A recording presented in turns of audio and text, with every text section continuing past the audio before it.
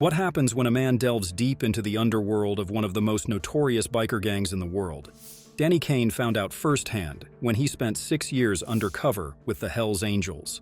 From dynamite bombings to murder plots, Kane witnessed it all while working as a police informant within the criminal organization. But his journey didn't end there. Kane's double life took unexpected twists and turns, leading to shocking revelations and harrowing encounters. What drove Danny Kane to risk his life infiltrating the inner circle of the Hells Angels? What secrets did he uncover during his time undercover? From his rise through the ranks of the criminal underworld to the shocking revelations that would change the course of organized crime in Canada, this is a story you won't want to miss. During the early 2000s, the police found themselves overwhelmed by the might of Maurice "Mom" Boucher, the warlord of the Hells Angels. Boucher had nearly every cop in Quebec under his thumb, with rumors swirling that even a high-ranking police detective was aiding him in sabotaging any case brought against him. This unparalleled corruption within the Quebec criminal justice system empowered Boucher to spearhead his Hells Angels in a relentless campaign against their rival gang, the Rock Machine, all for total dominance over the Quebec drug trade. Targeted shootings, bombings, and other violent acts became all too common on the streets of Quebec. Despite mounting public outcry, the police seemed powerless to stem the tide of bloodshed.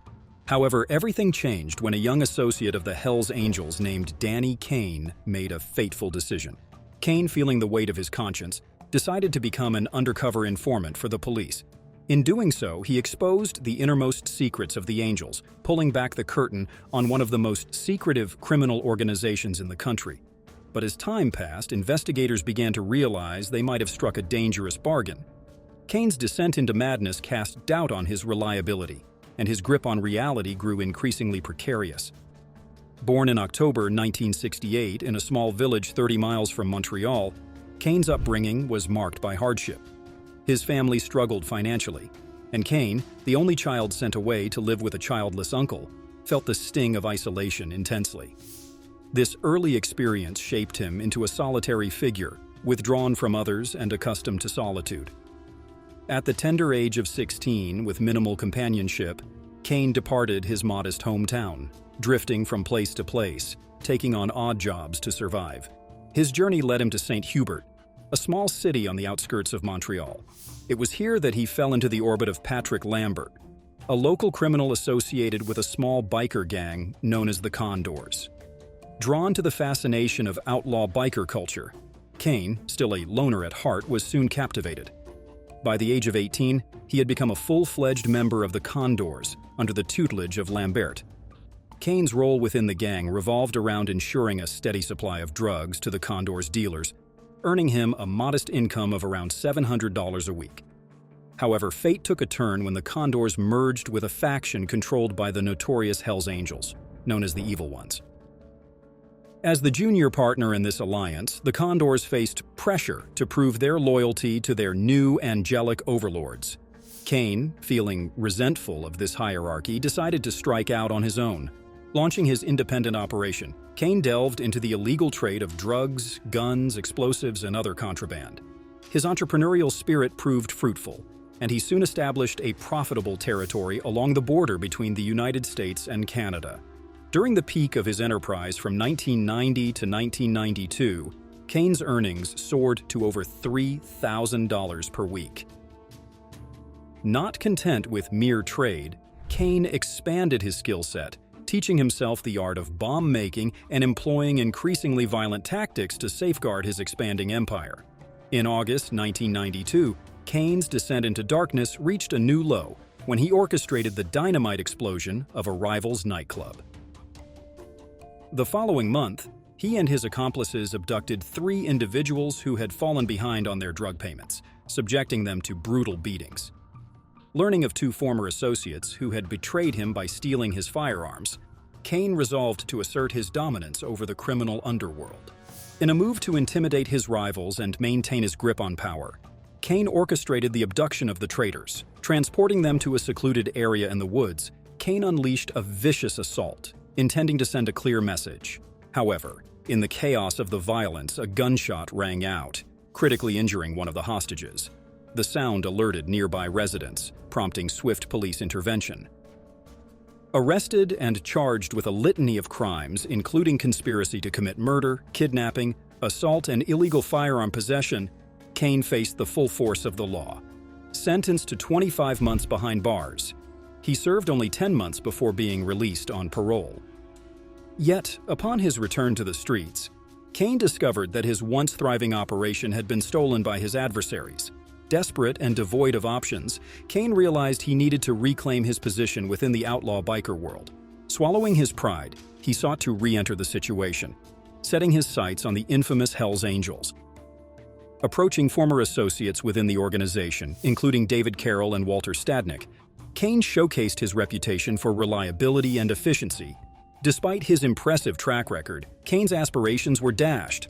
While granted a role within the Hells Angels, he was downgraded to the lowest rungs of the hierarchy. Despite his outward bravado and boasts of sexual conquests, Kane harbored a closely guarded secret, his bisexuality, in a world prevalent with homophobia. The Hells Angels function as a tightly knit paramilitary organization, characterized by a rigid hierarchy and a rigorous advancement process. To attain the desired status of a full-fledged Hells Angel, individuals must navigate a grueling journey through the ranks. Initially, prospective members begin by serving within smaller affiliated clubs, such as the Evil Ones. Successful candidates then progress to the role of a hang-around, despite lacking the privilege of donning the iconic Hells Angels patch. If favorably regarded, they may advance to the status of a prospect, granted the right to wear a half-patch denoting their chapter affiliation. Finally, after years, sometimes decades, out of dedication and proving themselves worthy, they may ascend to the coveted rank of a full member, distinguished by the renowned Death's Head emblem emblazoned upon their jacket. For Kane, embarking on this journey meant starting from the very bottom rung. Enduring the arduous demands of the organization, he found himself at the beck and call of his superiors, expected to be available 24/7 to execute any task assigned to him without hesitation. His duties ranged from the secret transportation of illegal substances to serving as a personal bodyguard for high-ranking members. Additionally, Kane often found himself acting as a chauffeur for leaders like Stadnick and Carroll, as well as shouldering the financial burden of dining expenses. Over time, Kane grew disillusioned with his position within the hierarchy. Despite his unwavering loyalty and commitment, he grappled with the realization that the path to advancement was fraught with exploitation and servitude. As he navigated the complex web of loyalty and power within the Hells Angels, Kane confronted the harsh reality that his ambitions might forever remain out of reach. Despite his previous success running his own operation, Kane found himself relegated to a subordinate role within the Hells Angels hierarchy. Despite years of toil, he had not even attained the status of a hang-around. However, his fortunes appeared to change when he received a significant opportunity from Stadnick. Tasked with establishing a new Hells Angels affiliated club in Ontario, named the Demon Keepers, Kane was appointed as its leader. His mission: to establish 3 chapters in Toronto, Ottawa, and Cornwall. Kane was elated by this assignment, believing it to be his ticket to finally achieving the coveted full-patch membership. In his mind, success with the Demon Keepers would undoubtedly lead to his long-awaited promotion. Stadnick provided Kane with further details of the plan. With the Hells Angels embroiled in a violent conflict against their rivals, the Rock Machine, led by Mom Boucher in Montreal, Stadnick aimed to expand the Angels' influence discreetly across Canada. However, this ambition faced a significant obstacle. The largest gangs in Ontario and Manitoba had joined forces to oppose the Hells Angels, united in their determination to keep the Angels out of their territory. For Kane, this assignment represented both an opportunity and a challenge. As he set out to establish the Demon Keepers and extend the reach of the Hells Angels, he knew that success could bring him one step closer to achieving his ultimate goal within the organization. Yet, he also understood the gravity of the opposition he would face in the form of determined rival gangs and vigilant law enforcement. As Kane prepared to embark on this pivotal endeavor, he braced himself for the turbulent road ahead, where the stakes were high and the dangers were ever present. To compound matters, the heightened scrutiny from law enforcement agencies across Canada due to the ongoing conflict forced Stadnick to adapt his strategy for expansion. He instructed Kane that the Demon Keepers must operate covertly, appearing unaffiliated with the Hells Angels, to lay the groundwork for future expansion into Ontario. Kane's role was crucial. He would receive secret drug supplies from the Angels in Quebec, selling them at competitive prices to swiftly establish the Demon Keepers' influence in the region.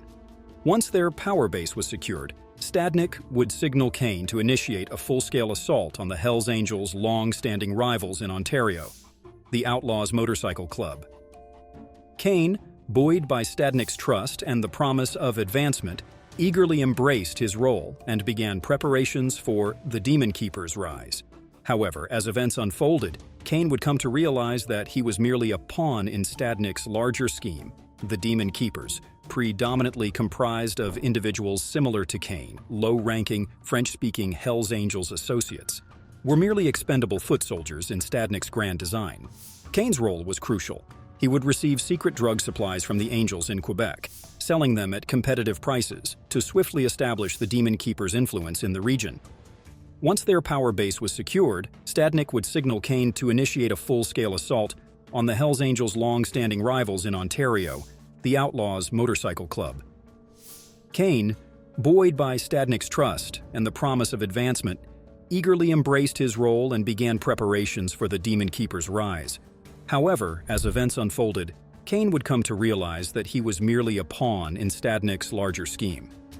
The Demon Keepers, predominantly comprised of individuals similar to Kane, low-ranking, French-speaking Hells Angels associates, were merely expendable foot soldiers in Stadnik's grand design. Kane's initial elation would soon give way to bitter disillusionment as he faced the harsh reality of his manipulated position within the intricate web of underworld politics.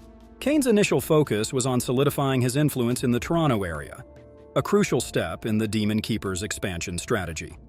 He led his band of followers on bold displays of strength, parading through smaller cities like Peterborough and Belleville in an attempt to intimidate local biker gangs into joining their ranks. Simultaneously, Kane began laying the groundwork for the impending conflict with the Outlaws, orchestrating surveillance operations and plotting murder schemes to weaken their adversaries. However, Kane soon encountered significant obstacles. The predominantly French-speaking members of the Demon Keepers struggled to navigate the predominantly English-speaking landscape of Ontario, hindering their ability to sell drugs or establish crucial connections. This language barrier proved to be a formidable barrier to their ambitions, preventing their efforts to gain a foothold in the region. Moreover, Kane grew increasingly disillusioned with Stadnik's support, or lack thereof. Despite assurances of assistance, Kane observed a notable absence of the aid he had been promised, leading to growing frustration and mistrust towards his supposed benefactor. As the Demon Keepers' plan began to unravel, Kane found himself grappling with mounting challenges and dwindling prospects for success. Before long, Kane and his associates drew the attention of the Royal Canadian Mounted Police, the RCMP, who suspected the Demon Keepers of being a covert Hells Angels expansion force. Concerns arose that the gang warfare ravaging Quebec would spill over into Ontario. Kane's downfall came swiftly when he was apprehended in Belleville on April 1, 1994, for possessing 2 illegal firearms, resulting in a 4-month prison sentence. Stadnik promptly disbanded the Demon Keepers, dashing Kane his aspirations of attaining full-patch Hells Angel status. During his incarceration, Kane gradually understood Stadnik's betrayal. The Demon Keepers had been nothing more than a diversion, shielding Stadnik's true agenda, expanding the Angels into Alberta and British Columbia, a plan executed seamlessly under the radar of law enforcement focused on Kane. Despite seething with anger, Kane clung to the hope of redeeming his shattered ambitions. Upon release, he sought alliance with Scott Steinert, an ambitious Hells Angels prospect. Believing Steinert's rise to full-patch member imminent, Kane anticipated leveraging his reputation to secure a place within the organization. However, fate dealt him another blow when David Carroll, a senior figure, intervened, instructing Kane to join the Evil Ones. This directive marked a humiliating setback for Kane, relegating him once more to a subordinate role with scant prospects for advancement. Crushed by the repeated thwarting of his aspirations, Kane faced the harsh reality of his diminished status within the hierarchical structure of the Hells Angels. Yet, amidst the disappointment and indignation, a flicker of determination remained, hinting at the possibility of future redemption, although in a landscape filled with uncertainty and betrayal. Adding insult to injury, Kane understood the true motive behind his reassignment to the evil ones, the bitter rivalry between Carroll and Steinert, two notorious and ambitious figures within the club. Carroll perceived Kane as aligning with Steinert and tried to disrupt Steinert's ascent by relocating Kane. While Kane held Steinert in high regard, he harbored disdain for Carroll, whom he deemed a poor businessman and administrator. Driven by a thirst for vengeance, Kane resolved to retaliate against Stadnik, Carroll, and the Hells Angels by becoming an undercover police informant. Initiating his plan, Kane bypassed corrupt local law enforcement agencies and reached out to Interpol, mistakenly believing it comprised the FBI, DEA, and RCMP. Remarkably, the Canadian Interpol office Kane contacted operated adjacent to the Outlaw Biker Task Force office in the RCMP building, connected with RCMP Sergeant Jean-Pierre Levesque. Tasked with gathering intelligence on the Hells Angels, Kane's timing couldn't have been more opportune. Amidst the escalating Quebec biker war, marked by weekly bombings and a rising death toll, law enforcement grappled with a shortage of information about the elusive organization's leadership and operations. Seizing the chance to strike a blow against his former associates, Kane divulged every detail of his 7-year period in the outlaw biker world. He provided insights into key figures within the Angels, outlined the dynamics of the biker underworld in Ontario and Quebec, and exposed the secret ties between the Angels and the Montreal Mafia. Inquisitive officers probed Kane's motivations, questioning his betrayal of his supposed brethren. Kane's response was twofold. Driven by a desire for retribution for his denied full-patch membership and enticed by financial gain, as the RCMP offered a weekly salary for his services as an undercover informant. Following the initial meeting, RCMP officers conveyed their assessment of Kane's potential, emphasizing the unprecedented intelligence he could provide on the Hells Angels and their illegal activities. Recognizing the invaluable opportunity Kane presented, they commenced regular meetings, during which Kane divulged intricate details of Mambuche and the Angels' leadership's activities, including future plans, travel itineraries, violent incidents, and expansion strategies. Over the years, these secret rendezvous yielded over 800 pages of handwritten notes, providing a comprehensive understanding of the Angels' operations. In return for his cooperation, Kane received substantial compensation, earning over $2,000 monthly. However, amidst the revelations, Kane uncovered a disturbing development. Mambucher's intention to establish an elite unit within the Hells Angels, known as the Nomads, comprising the most ruthless members. Aware of the potential implications, the RCMP directed Kane to focus on identifying the bomb makers within the organization. Kane pinpointed Scott Steinert as the orchestrator behind recent bombings, detailing his procurement of significant quantities of explosives. Steinert's plan involved planting bombs in downtown Montreal to assert the Angels' dominance, a move signaling a drastic escalation of the biker war. Alarmed by the gravity of the situation, the RCMP swiftly alerted the Montreal police, who intervened before the bombs could detonate. Although the devices malfunctioned, the close call underscored the imminent threat posed by the Hells Angels and the critical role Kane played in preventing their sinister agenda. Through Kane's cooperation, law enforcement gained invaluable insight into the inner workings of the Hells Angels, enabling preemptive measures to mitigate potential violence and safeguard public safety. Yet, the ever-evolving nature of the criminal underworld ensured that the battle against organized crime would persist, with Kane serving as a crucial informant in the ongoing struggle for justice. Despite preventing Scott Steinert's bomb plot, the RCMP chose not to disclose to the Montreal police the identity of the informant or the reason behind the failed attack. They feared that exposing Kane's involvement could jeopardize his safety. Instead, the RCMP focused on targeting Mambuche and the top ranks of the Hells Angels, rather than apprehending Steinert and his associates. However, Kane's pivotal role in disrupting the bomb plot also posed challenges for the RCMP. His insider knowledge alerted the Hells Angels to the presence of a mole within their ranks. Just days after the failed bombing attempt, Kane overheard discussions among the Angels about identifying the traitor, with Boucher's ordering the Nomads to prioritize finding the informant. Complicating matters further, a Montreal police detective approached one of Kane's RCMP handlers seeking information on the informant. The persistent inquiries raised suspicions within the RCMP, leading them to believe that the detective might be compromised. A suspicion later confirmed when the detective was arrested for accepting bribes. The situation placed the RCMP in a precarious position regarding Kane's role as their star informant. His detailed knowledge of the bomb plot raised questions about his possible involvement.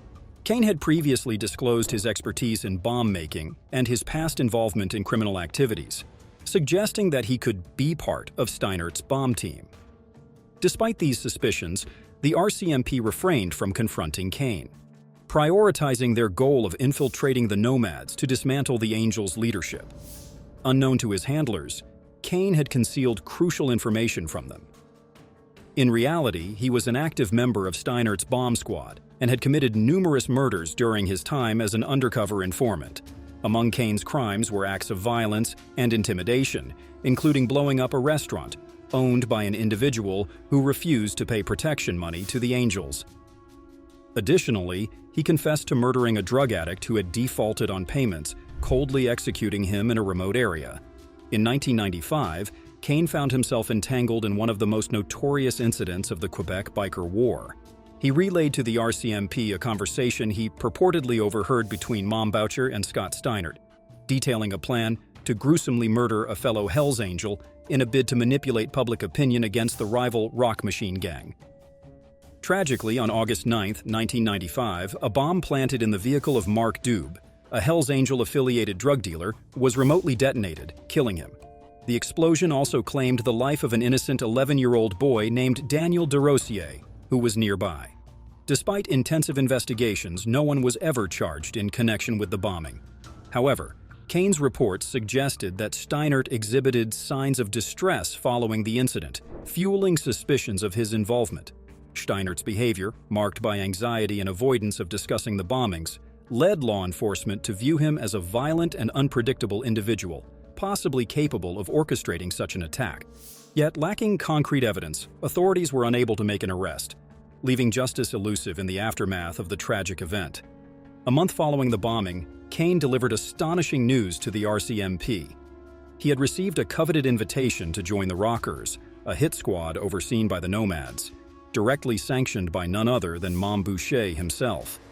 This elevated Kane's access to the upper echelons of the Hells Angels, who tasked him with carrying out numerous acts of violence against the Rock Machine, a role Kane either omitted from his reports or attributed to other Angels, like Steinert. Initially, Kane welcomed his new position with excitement. However, his enthusiasm waned as he became embroiled in the ongoing power struggle between Carroll and Steinert. In October, Donald Magnuson, a Hells Angels member and Steinert's bodyguard, engaged in a violent altercation with the son of a prominent figure in the Montreal Mafia. In a bid to maintain the alliance between the Angels and the Mafia, Carroll ordered Kane to eliminate Magnuson. Caught in a bind, Kane faced a dilemma: obey Carroll's directive and risk violating gang protocol as a non-full member, or refuse and face potential consequences. Desperate for a solution, Kane sought the intervention of the police, who warned Magnuson. However, Magnuson dismissed the warning as mere police deception, exacerbating Kane's situation. Caught in a bind, Kane faced a dilemma: obey Carroll's directive and risk violating gang protocol as a non-full member, or refuse and face potential consequences. Desperate for a solution, Kane sought the intervention of the police, who warned Magnuson. However, Magnuson dismissed the warning as mere police deception, exacerbating Kane's situation. Compounding Kane's problems, recent events had fueled suspicions within the Angels that Steinert was the undercover informant. Carroll, believing Steinert's successful evasion of deportation was evidence of collusion with law enforcement, intensified scrutiny on him, heightening tensions within the organization. Trapped in a complex web of loyalty and self-preservation, Kane found himself at the center of a volatile power struggle, where allegiances shifted and trust was a scarce commodity. As the proxy war between Carroll and Steinert escalated, Kane's role as a pawn in their deadly game became increasingly precarious, with the specter of betrayal lurking at every turn. As rumors circulated that Kane was the informant fueled by Steinert's manipulative tactics, Kane recognized an opportunity to eliminate his adversaries while safeguarding his own position. Aware of the animosity between Carroll and Steinert, Kane devised a plan to exploit their rivalry to his advantage. Kane knew that Steinert had initiated a significant cocaine smuggling operation in northern Ontario, recruiting high-ranking angels to participate. Seizing the opportunity, Kane tipped off the RCMP, leading to the interception of the illegal goods and the subsequent arrest of several angels, excluding Steinert and Magnusson. Armed with this information, Carroll persuaded Boucher to eliminate Steinert, sealing his fate. Steiner and Magnusson's demise was shrouded in brutality, their bodies discovered in the St. Lawrence River, hands bound and heads savagely battered. Kane had once again evaded detection, yet his ascent within the ranks of the Angels remained stagnant, prompting the RCMP to devise a new strategy. To expedite Kane's advancement, the RCMP provided him with a substantial sum of $30,000, encouraging him to establish a website offering phone sex and prostitution services. Through this venture, Kane crossed paths with Amy Samar, a seasoned criminal with whom he began a secret relationship. Elevated to a senior position within the Rockers, Kane subjected Samar to the same servitude he endured under Carroll and Stadnick's leadership. Exploiting his newfound authority, Kane coerced Samar into fulfilling various menial tasks, including covering his expenses, chauffeuring him, and even acting as his personal housekeeper. During their journey, Kane and Samar encountered a setback when they were pulled over by police in New Brunswick for speeding. Although the officers lacked probable cause to search their vehicle, the routine interaction triggered an alert at RCMP headquarters, indicating Kane's presence in New Brunswick, unknown to his handlers. Undeterred by the encounter, Kane and Samar located McFarlane and executed him outside a factory in Halifax. Upon their return to Montreal, Samar was assigned another mission, to eliminate a member of the Rock Machine. Samar located his target at a gym, where he callously shot him at close range. However, in a moment of carelessness, Samar inadvertently left his firearm at the scene, later discovered by a janitor. Forensic analysis identified the gun as the murder weapon, prompting swift police action. Samar's subsequent arrest led to his cooperation as an undercover informant, divulging details of his involvement in various crimes, including McFarlane's death. On April 30th, 1997, Kane was apprehended and charged with first-degree murder, subsequently transported to Halifax to face trial.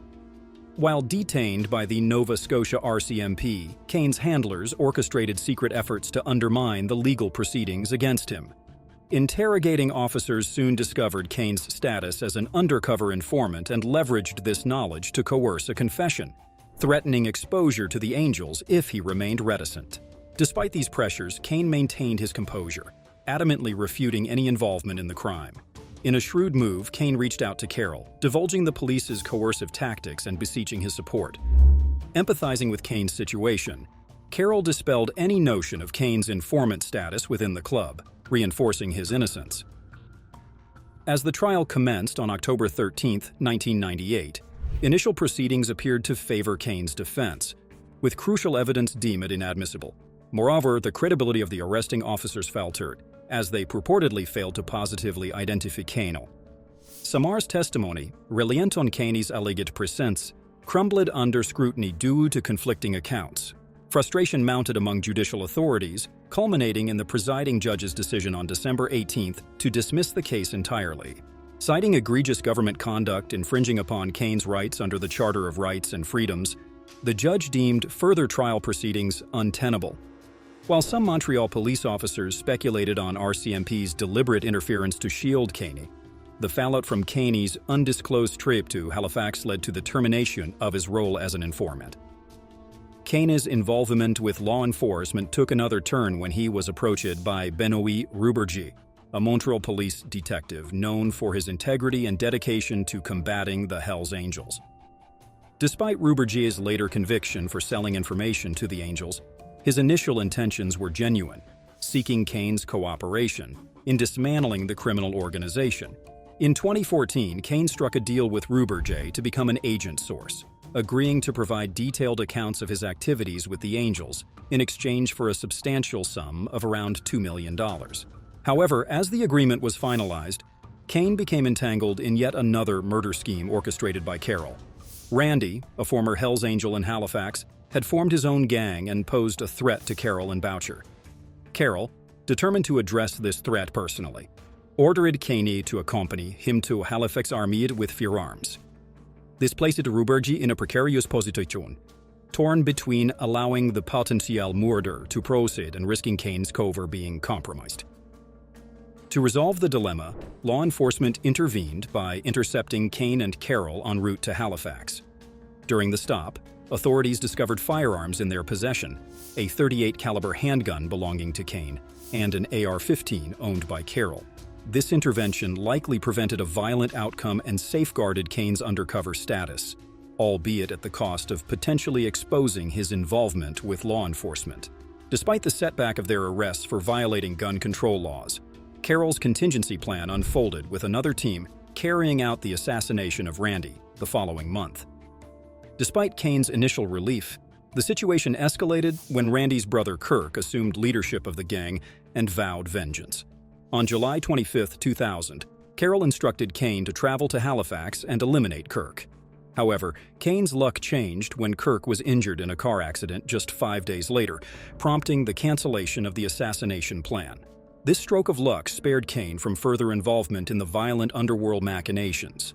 During that summer, Kane's demeanor shifted noticeably as his police handlers observed signs of severe depression.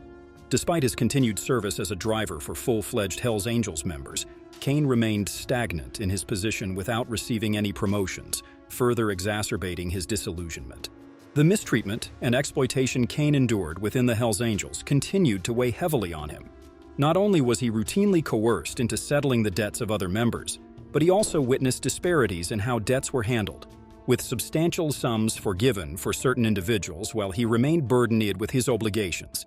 The stress of living a double life as an undercover informant exacerbated Kane's mental and emotional strain. During this period, he frequently reached out to Roubaix, claiming to have urgent information to share. However, these revelations typically amounted to trivial matters, such as boasting about his sexual encounters with prostitutes. This behavior reflected both his deteriorating mental state and his attempts to cope with the immense pressure he faced from both sides of his dangerous double life. The discovery of Danny Kane's lifeless body in his Montreal residence marked a tragic end to a tumultuous existence. Authorities concluded that he had taken his own life. In his home, they uncovered a suicide note which posed profound existential questions about his identity and moral standing.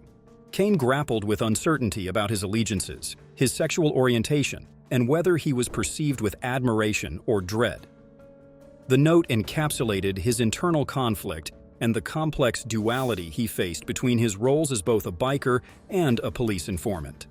In the lead-up to his death, Kane had made a pivotal decision to betray the Hells Angels by providing law enforcement with incriminating financial records. These documents revealed the staggering extent of the gang's illegal profits, amounting to over $100 million in Quebec alone over an 8-month period. Kane's final act of defiance against the organization he once served underscored the depth of his disillusionment, and perhaps his last attempt to confront the ethical quandaries that plagued him until the very end. Danny Kane's final act as a police informant was to provide law enforcement with a comprehensive list of every murder he had knowledge of during his time with the Hells Angels. Armed with this crucial evidence, authorities were able to bring charges against 42 members of the organization for first-degree murder and attempted murder. Among those brought to justice was Mom Boucher, a prominent figure within the Hells Angels hierarchy. Boucher was convicted on 2 counts of first-degree murder and 1 count of attempted murder. As a result, he was sentenced to life in prison. Tragically, Boucher's life came to an end on July 10, 2022, as he succumbed to throat cancer while incarcerated. Kane's invaluable contribution to dismantling the criminal activities of the Hells Angels and bringing their members to justice left a lasting impact on law enforcement efforts to combat organized crime in Canada.